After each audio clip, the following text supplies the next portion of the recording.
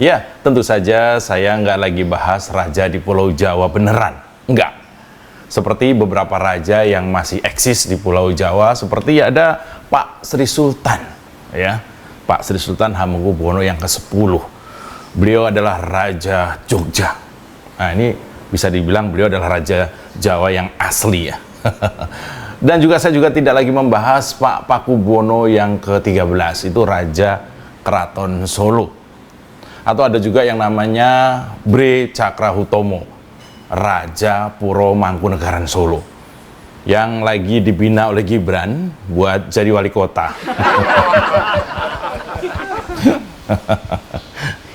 Ya, yang namanya usaha ya.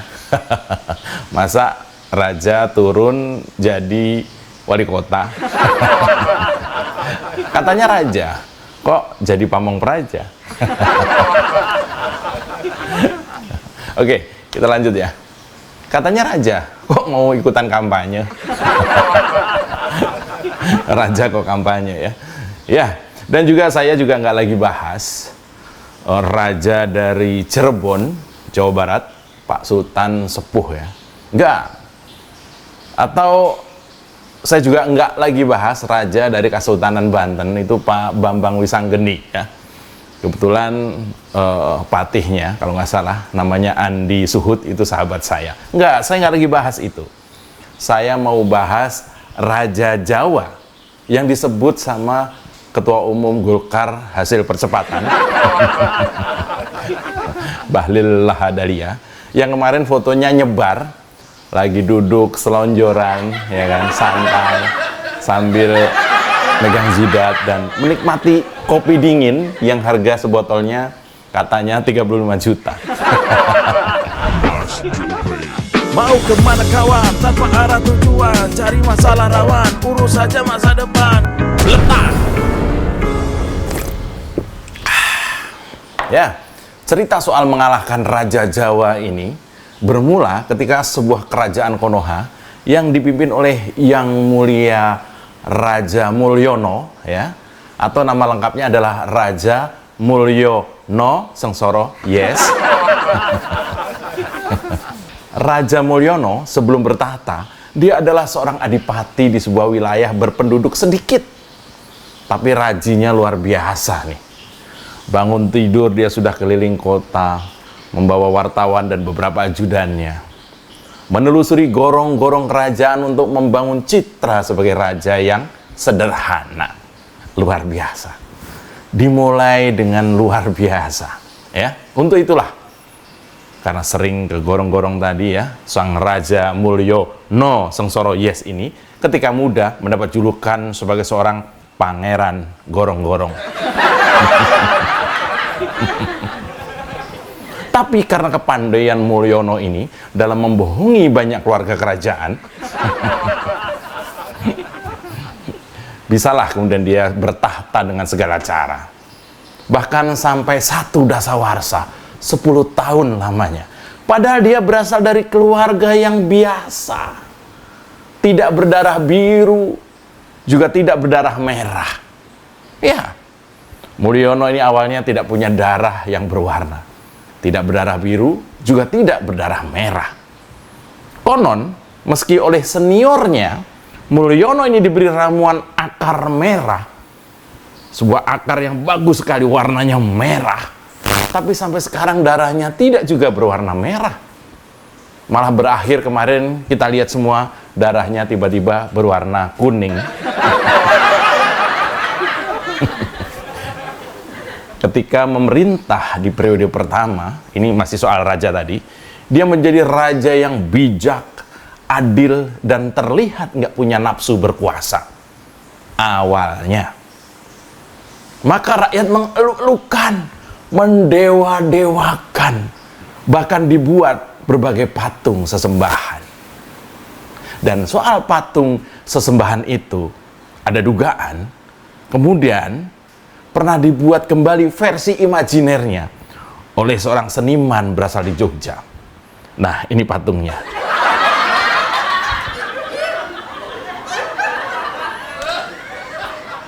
Gimana? Keren banget kan patungnya? Tapi apa yang terjadi kemudian? merasa kurang puas sebagai raja, maka Mulyono Sengsara Yes ini dengan pelan tapi masif membangun kekuatan agar bisa menjadi raja selamanya. Orang-orang yang berjasa disingkirkan, perguruan tempat ia ditempa di bumi hanguskan. Seolah seperti sedang menghapus sejarah, Mulyono yang terlihat polos itu ternyata menyimpan sifat rakus, tamak, dan sama sekali tidak bisa dipercaya. Sebagai raja dia semaunya.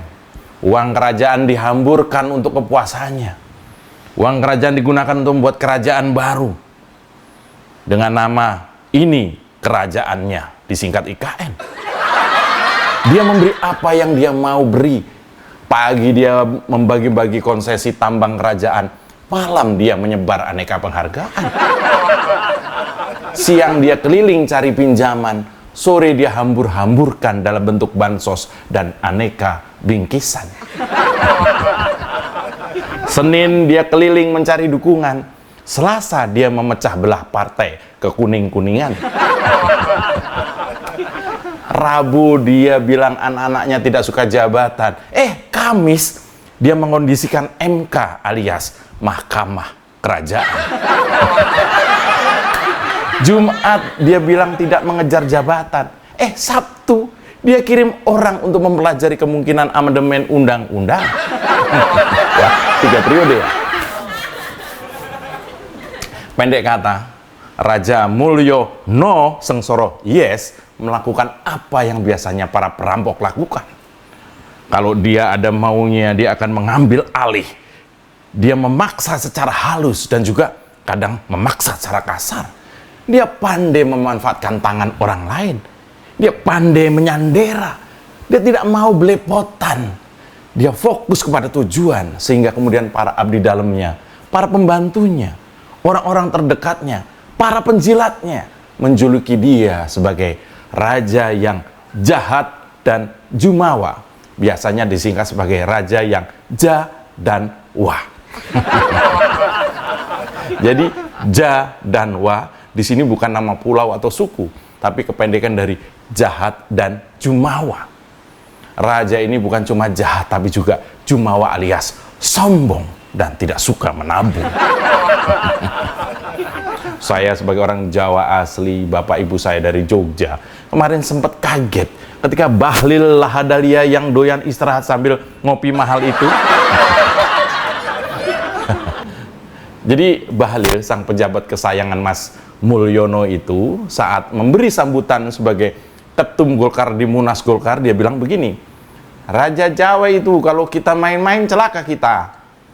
Saya mau kasih tahu saja, jangan coba-coba main dengan barang ini. Waduh, ngiri-ngiri sedap barang ini. Jadi Bahlil bilang, sebagai kader Golkar jangan sampai berani bermain-main dengan sosok yang disebutnya sebagai Raja Jawa. Karena bisa membawa celaka.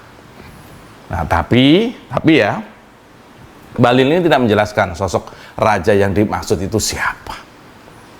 Nah, kemudian inilah orang-orang banyak menafsirkan sosok Raja Jawa yang dibilang Bahlil ini. Ada yang bilang itu adalah Raja Api dari cerita Avatar. Ada yang bilang yang dimaksud Raja Jawa oleh Bahlil tak lain tak bukan adalah ya Mulyono Sengsara Yes yang ada dalam cerita saya tadi.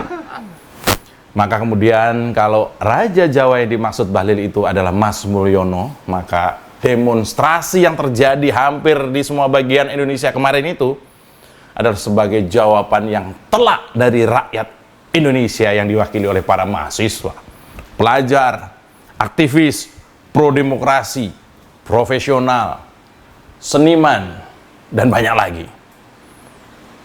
Para demonstran dengan gamblang menjawab arogansi Mas Mulyono. Dan ini bukan gerakan yang dipersiapkan oleh siapapun. Ini adalah simbol muak dari rakyat, karena makin lama makin rusak ini raja. Rakyat jadi muak, bahkan sudah menjadi muntah. Tadinya muak ditahan, lalu kemarin tanggal 22 Agustus itu menjadi muntah. Dari nahan-nahan sampai akhirnya sulit dibendung. Rakyat demonstran, mereka meluapkan di tiap provinsi masing-masing, memuntahkan segala kata-kata yang tidak terwakilkan di DPR dan DPRD, memakikan kata-kata yang harusnya menjadi tugas anggota dewan yang dibiayai oleh keringat kita semua, keringat rakyat jelata. Tapi karena anggota DPR-nya budek, maka rakyat melawan sendiri. Rakyat melawan Raja Jawa yang disebutkan oleh Bahlil itu. Dan kalau saya lihat kemarin, sepertinya Mulyono kewalahan. Dan ternyata Raja Jawa Mulyono bisa dikalahkan. Memang dia masih bertengger di istananya, masih menghirup udara kotor di sekeliling istana, masih menikmati masakan koki pilihannya.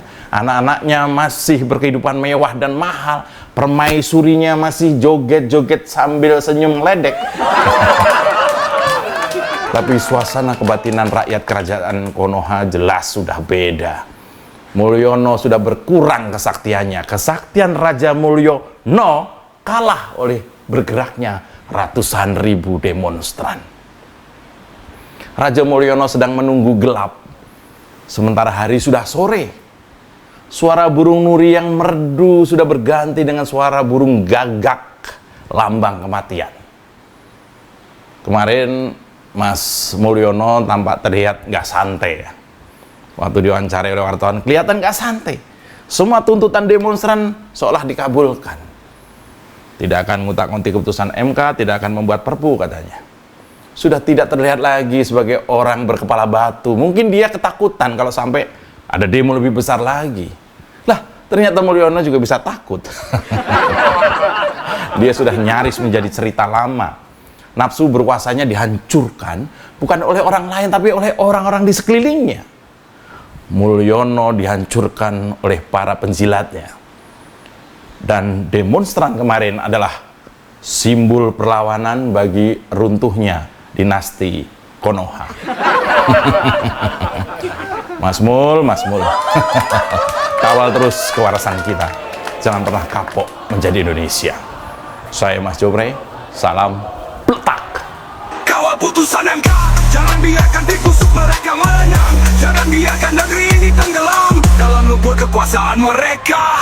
Mereka bikin kasus jadi senjata demi ambisi yang kecil. Kawan dijebak di penjara, satu persatu dibinasakan. Siapa yang buka mulut langsung kena periksa. Sementara si raja tetap aman, seolah tangannya bersih tanpa noda. Rakyat udah muak tapi dibuka habis-habisan. Demokrasi cuma jadi hiasan, penghias halaman koran. Hukum dijadikan alat untuk lindungi kepentingan. Dan mereka yang berkuasa terus tertawa, menikmati kekuasaan yang gak tahu malu.